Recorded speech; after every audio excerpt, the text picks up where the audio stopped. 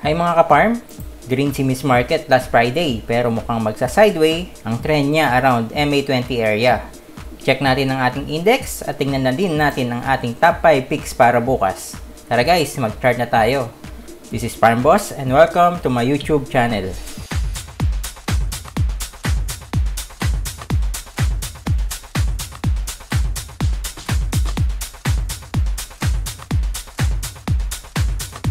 Hi traders! Welcome to our daily top 5 picks program. Disclaimer, guys, supportahan natin ang ating channel sa pamamagitan ng pag-subscribe. Pindutin nyo lang po yung subscribe button, pag-comment at pag-like ng ating video. Salamat po! Buying signals and stock screening, gumawa tayo ng video dyan. Ito yung itsura nya. Pakihanap na lang po dun sa ating tutorial playlist. Explain ko dyan yung ating buying signals at kung paano ilalagay ang ating mga na-screen na stocks sa isang spreadsheet. Check muna natin si index, yung ating Miss Market, kung ano na yung naggalaw niya.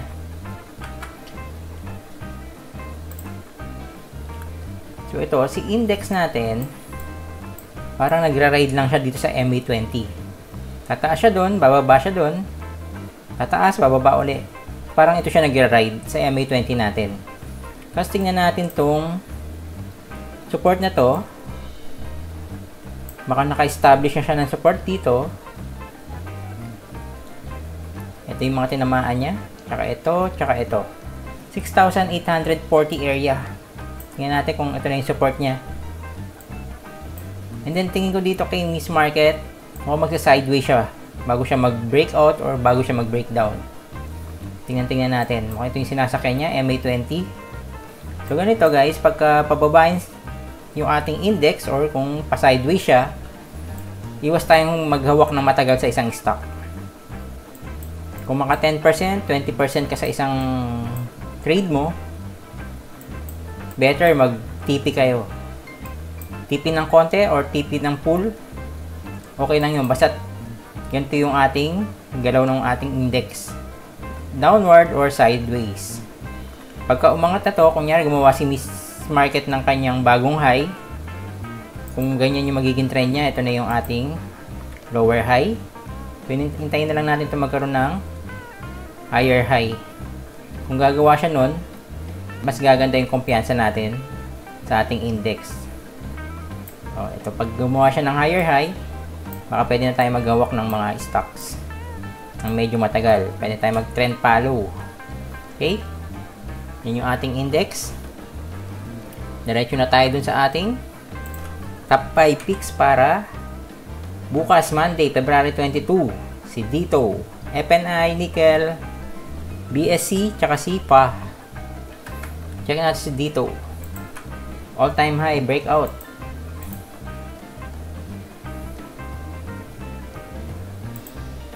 Ayan, si Dito. Nakita natin yung kanyang mga candles nagko-consolidate na dito sa area na to. Parang consolidation at highs na to si dito ginagawa niya. So yung body nitong candle to, ang peak niya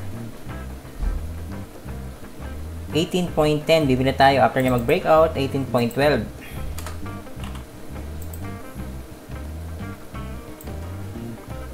Pwede natin gawa ng box to. Pero maliit lang yung box. Bibili tayo 18.12. Possible TP natin. Dahil all-time high to si dito. Ginawa natin sa ating TP, yung 10% dun sa ating trade plan calculator. Natin yung ating trade plan calculator.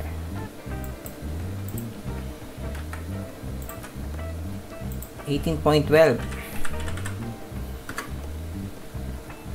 So, ang ating 10% is 20.19. Sabihin natin 20.20. Okay. Yan, 20.20. Possible TP. Masyado mataas to. 20.20.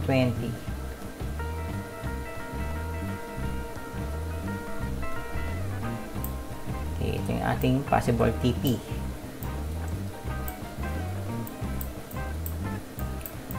Patlos natin kay dito. Kunyari, bibili tayo 18.20. 17.56. Yun yung cut loss natin kay dito. 56. So, yun yung plan natin kay dito. Tingnan natin yung volume niya. Volume niya below average. RSI niya nasa 75. So, itong RSI niya, parabolic level na. Hintayin na lang natin mag-breakout to si dito. At sana yung breakout niya meron siyang volume. Guys, ito, pwede nyo din gawan to ng plan using this week. Yung pinakamataas niya, yung all-time high niya. All-time high niya, 18.30. Pwede siyang gawan ng plan dyan. Kasi medyo malapit na yan. Ilang percent na lang. Around 1% na lang. Pwede siyang gawan dito ng plan. Pagka-breakout dito sa kanyang all-time high, tsaka kayo bibili. Then, baguhin nyo na lang yung inyong TP area. Gamitin nyo yung ating trade plan calculator. At tsaka itong cut loss. Okay, can see dito. Next natin, si FNI.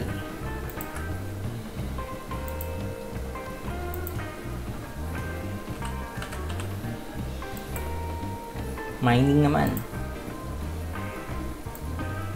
Timpla natin kay FNI dati, swing trade. So, swing box natin nandito. Tapos breakout, nag-breakout na siya. Tapos kung nakabili ka dito, pwede ka na mag-TP. Medyo malaki na yung gain mo. So, baguhin natin itong plan natin kay FLI. Ngayon, breakout naman doon sa kanyang big box. Yung big box natin. Breakout level natin kay FNI 3.13. Bibili tayo after niya mag-breakout 3.14.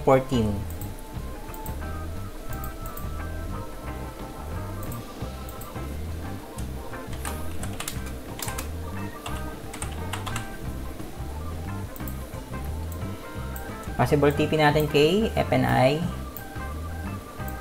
Hanap tayo dito sa kaliwa.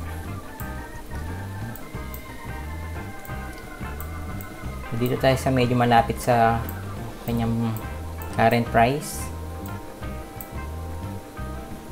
Ang nakikita ko dito, meron siyang parang box dito. Ito.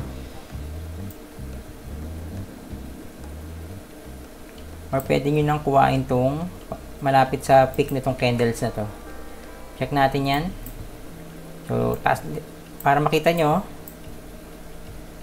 lakihan natin ng konti. So, ilang beses namaan yan. Or, mas maganda pala dito sa kabila, sa ilalim. Yan. So, ito, resistance siya dito. Ito. Support siya ng mga candles na to. Itong dalawa. Tapos ito, resistance siya ng candle na to. Pwede yan. Tapos ito, pwede din dito. So, dalawang candle naman tinamaan niya. Malapit sa peak. Check natin yung mga yan. Possible TP natin.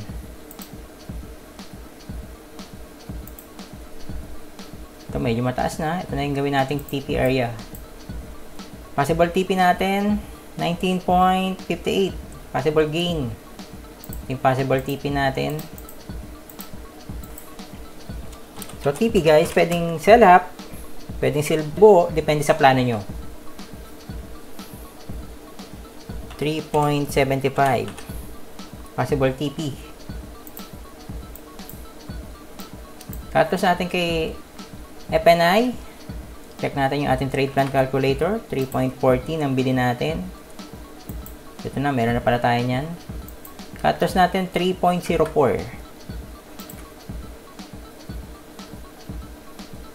Maganda dito kay FNI, mag-stay siya dyan sa above 3 level niya.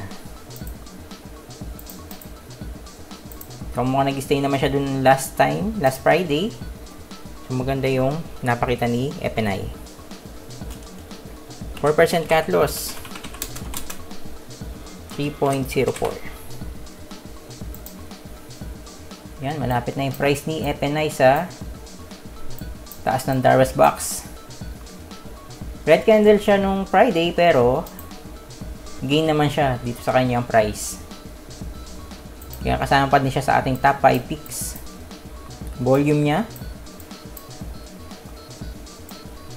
above average. Yung Friday, RSI niya nasa 64.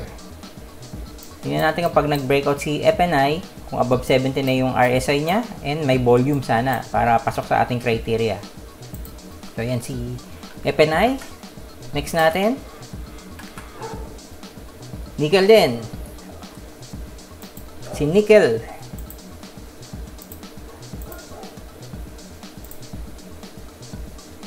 Mining ulit.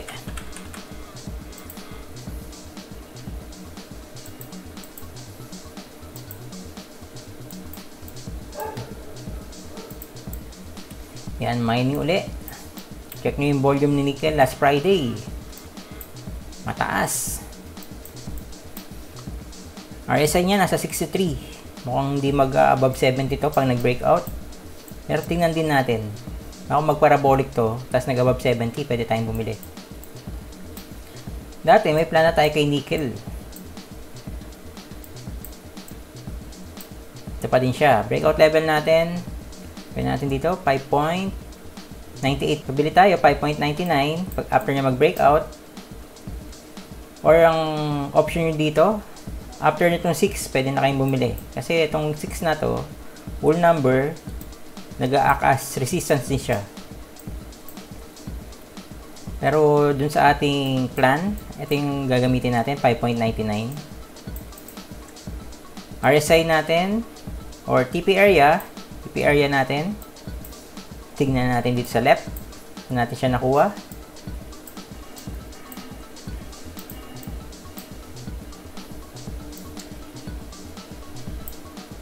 So, halo-halo guys. Kita nyo dito, ayan, resistance siya itong green candle na to. Dito, nag-support siya dito. Then, resistance siya dito. Okay, ito din.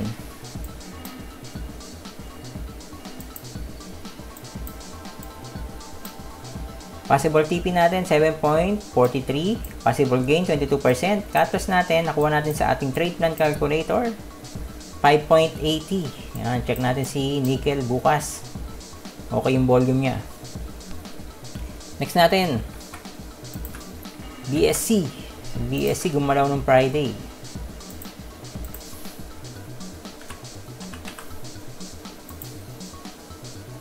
Swing trade naman to guys, BSC. Kita nyo si BSC, nag-breakout na siya dun dati sa ating swing box. Pero ngayon gumagawa na uli siya ng bago.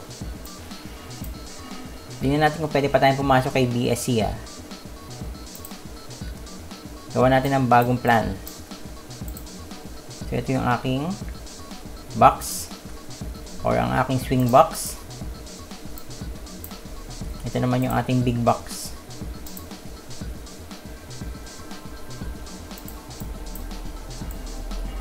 Breakout level natin dito, 1.34. Bibili tayo after niya mag-breakout, 1.35.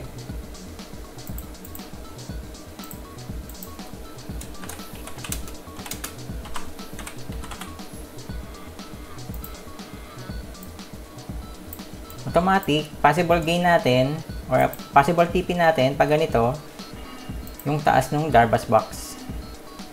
Or taas ng big box, 41%. Pero dito kay BSC, pwedeng ito din yung ating possible TP. Itong gap na to. Tingnan natin kung i-close niya muna itong gap na to. 15%. Lagyan natin ng kulay. Tingnan natin kung i-close niya muna itong gap na to. Bago siya magdiretso dun sa taas ng Darbas box. Possible gain pa naman dyan, 15%. So, possible TP natin, 1.55.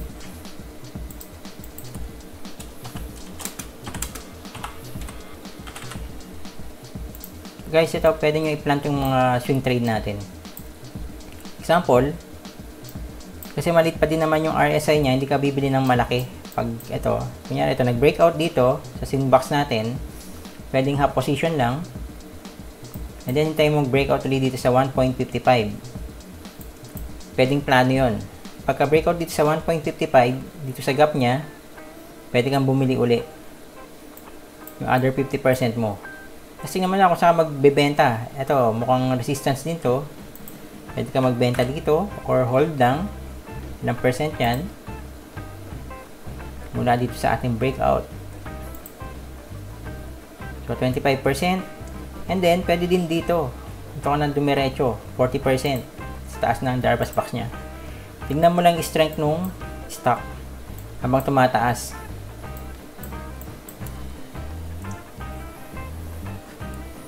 Pwede din ang iyong plan. Pag tumama na dito sa 1.55, mag-TP ka na. Kasi tayo mo ulit mag-breakout yan. Kung bababa pa siya dito, tapos nag-breakout, pwede kang bumili uli. Or, kung nag-breakout na siya dito sa taas, dito na kayo bumili. Okay lang yan guys na buy and sell, buy and sell. Ang kino-consider natin is yung compounding ng ating mga winning trades. For example, ito, ilang 10%, kunyari, tatlong 10%, makakuha ng tatlong 10%, tingin ko mas mataas na siya dun sa, dito sa gain na to.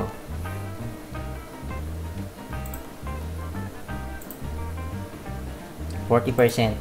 Kunyari, dito, breakout ka dito, tapos dito nag-gain ka 15%, tapos na bumaba siya, bumalik siya dito, nag 15% uli.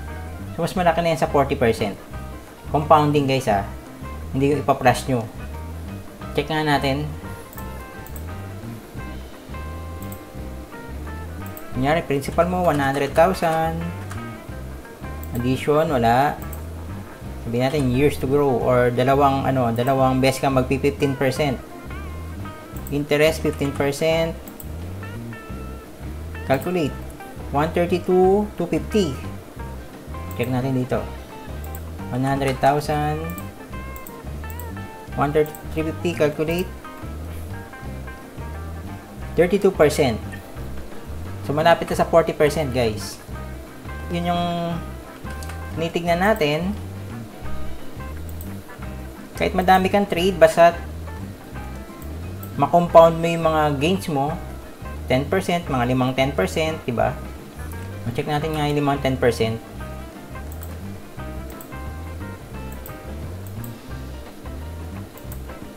Actually, gusto kong gumawa ng video about this. Sabihin na 5-10%. Calculate. 161.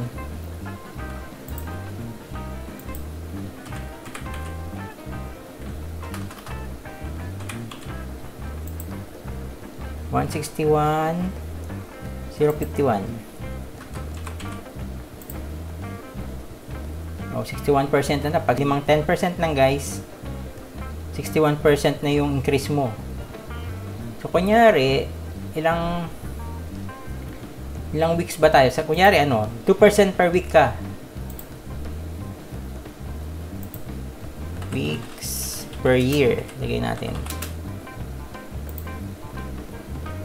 So, 52. Kunyari, 52 weeks per year. Sabihin natin, 2% per week ka lang. Gusto mo.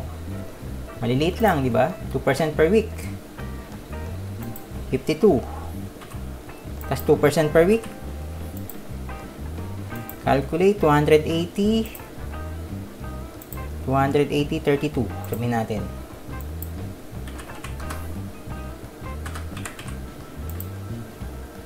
In 1 year, 100% ka, guys. Di ba? 180%.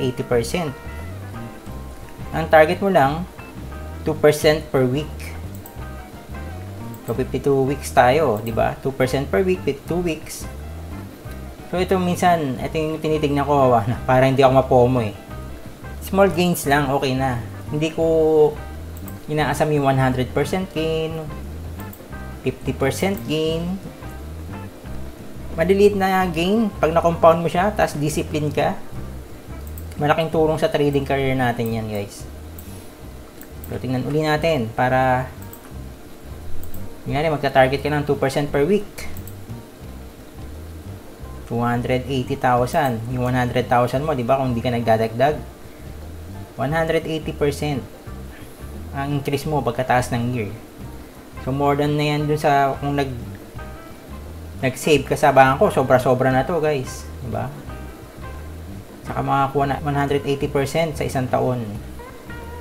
So, yan, ano lang, slow lang, guys. Kailangan lang masunod natin yung ating system. Ayan guys, yung ganyang compounding yung iniisip mo, iwas FOMO din yan. Sa palo lang yung system, hindi ka maglulos ng isang week ng 2%, pero ayaw din naman natin isang trade natin 2%. Pero yun lang, isipin lang natin, pag ganun yung ating gains per week, 52 weeks, lampas 100% yung gain mo, 180% gain pa. Tanim din natin sa sa isip natin yung compounding. Sabihin natin 5% per week ka, yun, mas maganda yun. Itong mga 2%, 5%, ito yung achievable sa mga newbie. So, kung iniisip nyo yan, 2%, 5%, kung kaya nyo 10%, pero pag ganun kalalaki yung mga iniisip nyo, madali kayo ma-FOMO. Mainggit kayo dun sa mga nag 100%, mga nag 50%. So, yun lang. Isip lang ng konti. Follow your system. Tas, kahit na slow growth lang, basta tama yung growth nyo. Okay? So, hindi pa yan yung quote natin, guys. Okay, ito na yung ating plan kay BSE. Ito na.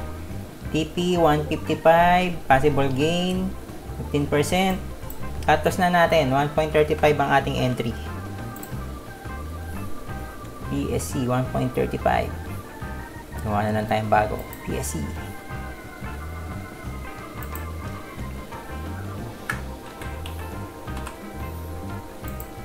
$1.35. Cut loss natin, 1.31.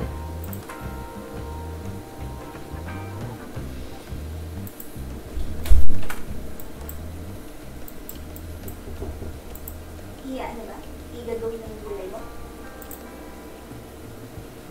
4% cut loss.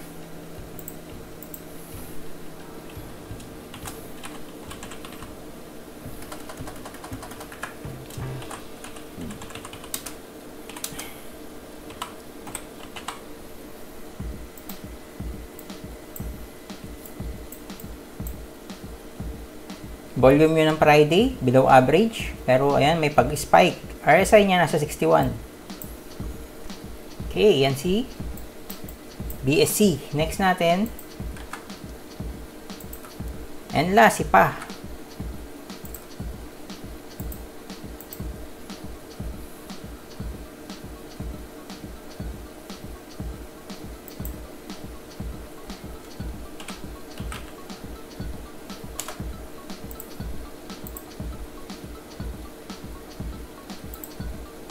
Ganda ng galaw ni PA ng Friday. Ayun pa din yung plan natin kay PA. So, ganda ng talbog ni PA dito sa MA20. Actually, binabantayan ko to si PA dito sa area na to. 1.68.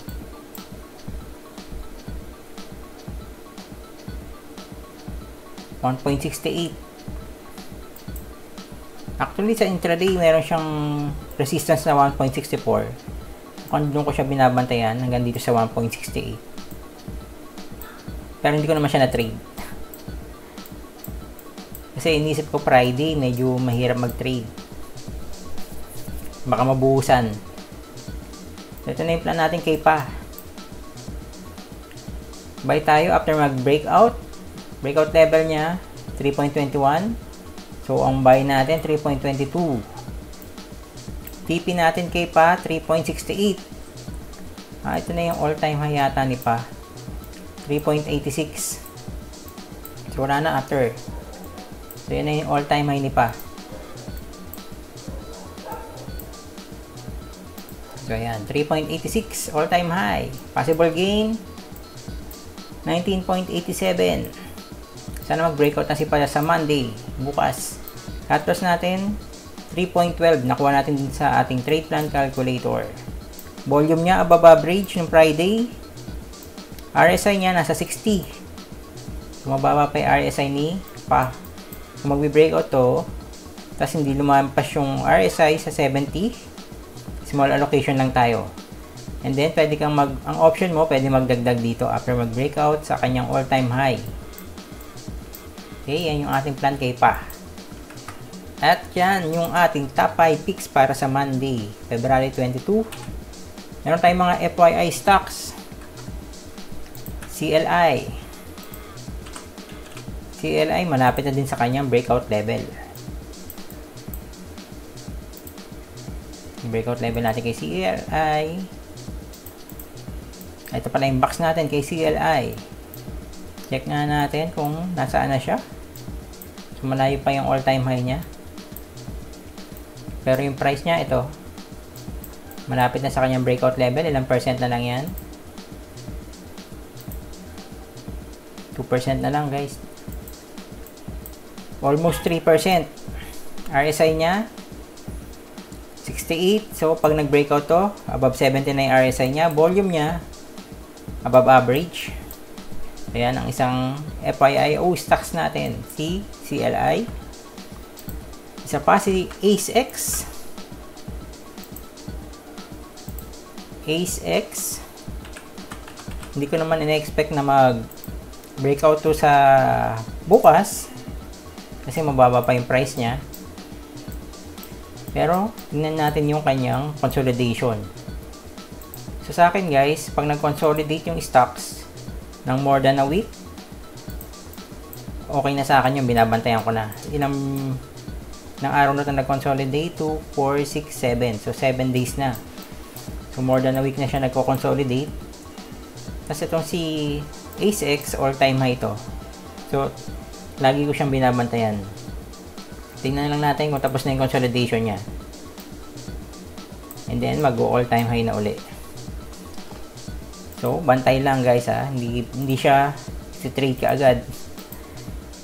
Mahirap mag-trade dito sa consolidation. Baka matulog yung pera nyo. Okay, yan si AceX.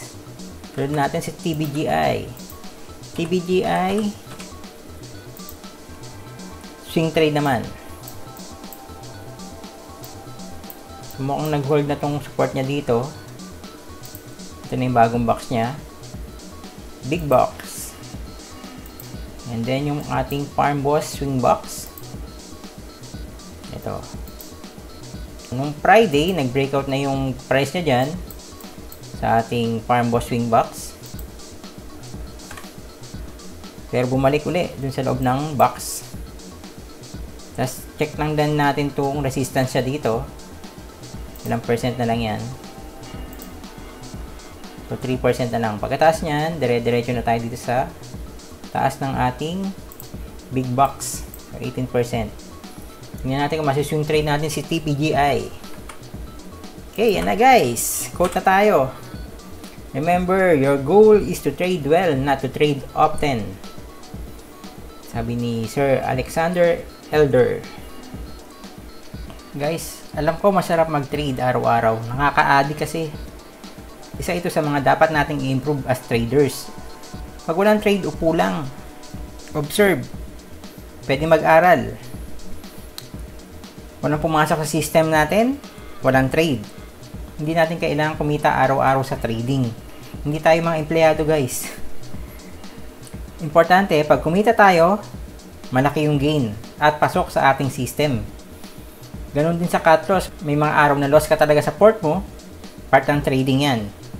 Importante, small loss lang doon sa araw na yun. Gawin nating parang business tong trading. Pag alam mong lugi ka sa deal, dapat no trade. Pangarap natin itong nakasalalay dito. Lagi natin tandaan. Okay guys, yun. Tapos na naman ang isa nating video. Salamat sa panonood. Please subscribe to our channel.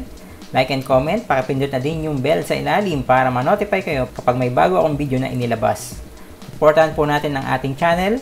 Good luck sa ating bukas and God bless.